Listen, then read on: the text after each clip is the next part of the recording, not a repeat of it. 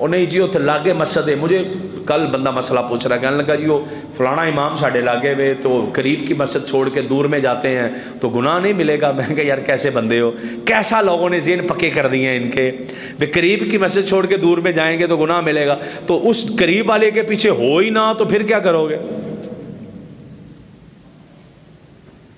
کیسے ذہن مضبوط کر دیے ہیں کہ نہیں تسی یہ نہیں چھٹ کے جانی بھاویں ٹھیک ہے تو بھاویں غلط ہے. ایسا تھوڑی ہوتا ہے, ایسا تھوڑی ہو جاتا ہے. اگر کوئی امام وہ پڑھ ہی غلط رہا ہے, اگر اس کا تلفظ ہی ٹھیک نہیں ہے, اگر اس کا لہجہ ہی ٹھیک نہیں ہے, حروف کی ادائیگی ٹھیک نہیں کر رہا, اس کا ترجمہ ہی بگڑ رہا ہے قرآن کی آیت کا, اس میں استغفر اللہ, اس کے نظریات ہی ٹھیک نہیں ہیں, تو پھر آپ پہ لازم ہے آپ دور جاؤ, آپ پہ لازم ہے کہ آپ دور جاؤ. آقا علیہ الصلوۃ والسلام کے پیچھے صحابہ کرام جمعے کی نماز پڑھنے کے لیے بدھ والے دن نہیں آ جاتے تھے.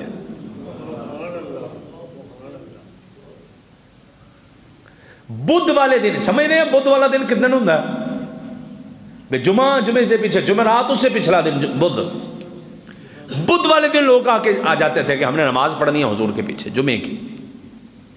لوگ اتنی تیاری اور اتنا اہتمام کرتے تھے نماز جمعہ کا. جمعہ لفظ جمعہ نکلا ہوا ہے جمعن سے, جماعت, کٹھ دکھانا لوگوں کو مسلمانوں کا.